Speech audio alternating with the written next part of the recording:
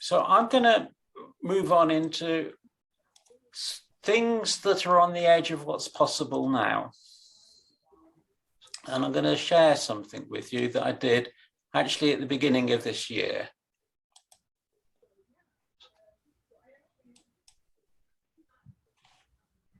So can you see my screen?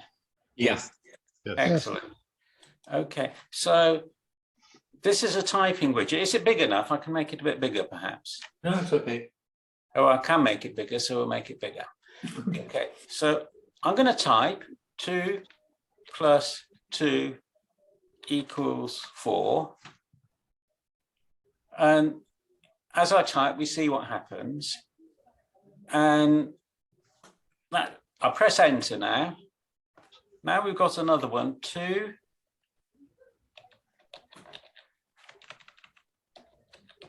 times 3 equals 6. And frac 1, 2, oops.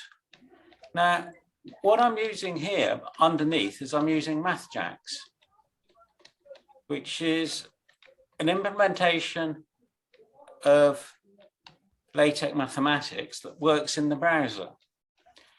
Now, Nelson, I'm sure, will confirm that we didn't have web browsers in the 20th century, or if we did, they started quite late in life. We certainly didn't have them in the 1980s, and they certainly didn't have these capabilities. They came in roughly the mid-1990s, but it really took another several years for lots of people to adopt the technology so that websites became a more or less standard thing that companies and academic sites provided. So the little online demo that I'm showing you here would not have been possible last century. We doubt that it would have been possible. It might have been technically possible, but the resources to make it, to build it, wouldn't have been there. And here we can keep going in this way, and we've got pretty much the whole of LaTeX mathematics available here. So I put this forward at the beginning of this year because I thought this is a new approach to learning LaTeX. And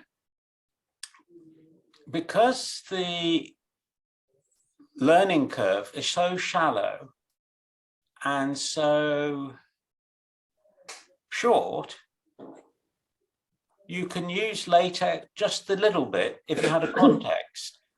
And if you're writing a web page, particularly using Markdown, you can just put a piece of LaTeX mathematics in using this notation. And so I'm thinking that 20 years from now, the first contact people will have with LaTeX will be, it's a notation for putting mathematics on web pages. And that's very, very different from our own experience. The experience that we've described, our experience of beginners. So that's the first thing. Now, the second thing I want to show you is Google Docs. I go to this URL, I've got an account with Google, I click on this.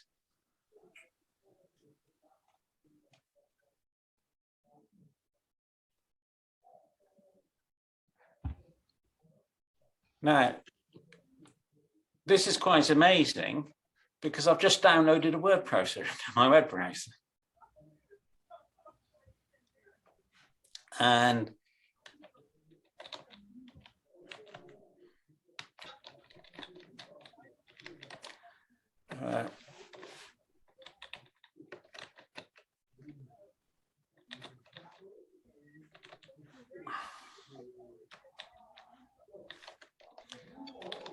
so it's got all the usual stuff. And the point I want to make is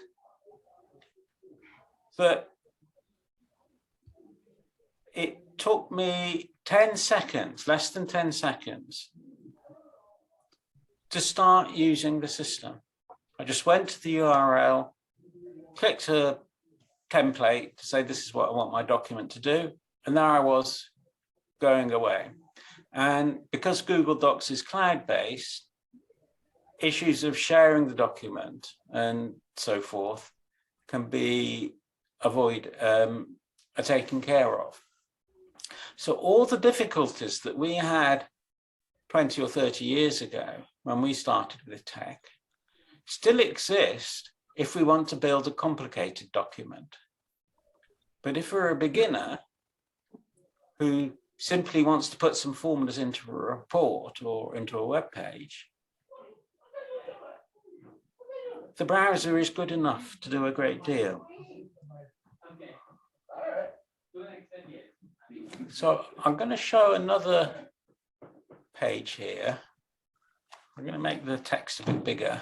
I read this in a geek website this morning or yesterday. So Python is a scripting language. It's a general purpose programming language, and you can now run it in the web browser. And in fact, this is the second implementation of it running in the web browser. And it's got serious forces behind it. And Python is one of the main languages used for what are called Jupyter notebooks. And they are, in some sense, part of the future of scientific publishing, because they allow data to be presented in an interactive way. A Jupyter notebook is similar to a Mathematica notebook, for example, except it's based on open source. And it provides a way of providing data not in a static form, but in an interactive form. And let me just show you it running. I'm going to refresh this page, so we'll start more or less from scratch.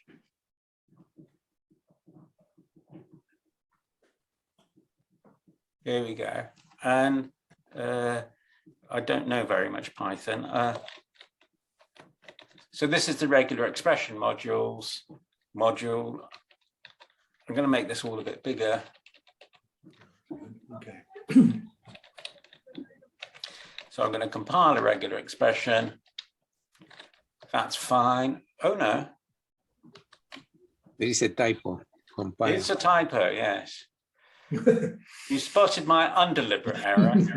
Now, if I do something like this, I'll get a different sort of error. Oh no, it likes that.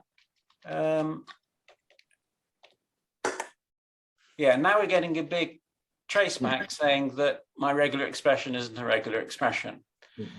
But this is Python running in the web browser, and it considerably reduces the barrier of entry to using Python, because you can say, if you want to learn Python, if you want to get a little taste of Python, just go to this website, and there it is.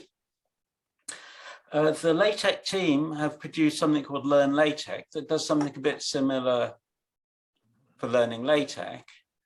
Though there they use a server in the back end, they don't do it all in the browser. The thing I've shown you in browser here works entirely in the browser and doesn't need a server at all, except to serve static files. So I'm seeing the future in 20 years' time,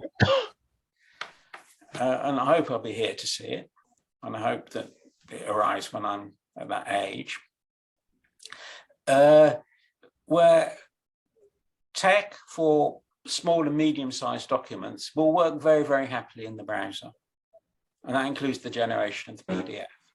So if you want to create a tech document, you point your URL to the right place, and you can create your document just in the same way as Google Docs works, except it's using a markup language quite explicitly, whereas Google Docs has probably got some XML thing at the bottom. I'm going to say one more thing, two more things. The first is that at previous tech hours, we've had a lot of discussion. I'm going to stop sharing now. At previous tech hours, we've had a lot of discussions of accessibility, and something I've learned from Steve Jacobs is that most American universities have an Office of Disabled Services or Student Disabled Services, and they have student workers who provide disability support for students that have disabilities. And this can be a wide range of things, a very wide range of things. And I think there's a sort of personal element to it, in the sense of, if you're a disabled student, you have somebody helping you with your problems. And there might be a whole range of problems relating to mobility or anything else, or it might be related to blindness or any number of things. So it's more a general practice than a specific practice. And some of them provide help with, sometimes help is required for mathematics. And for blind people, the typical thing is, here's this piece of material, perhaps printed material, and we need to make it available to the student. And it might not have very much mathematics in it. If you're taking a course in nursing, you probably don't need a lot of mathematics.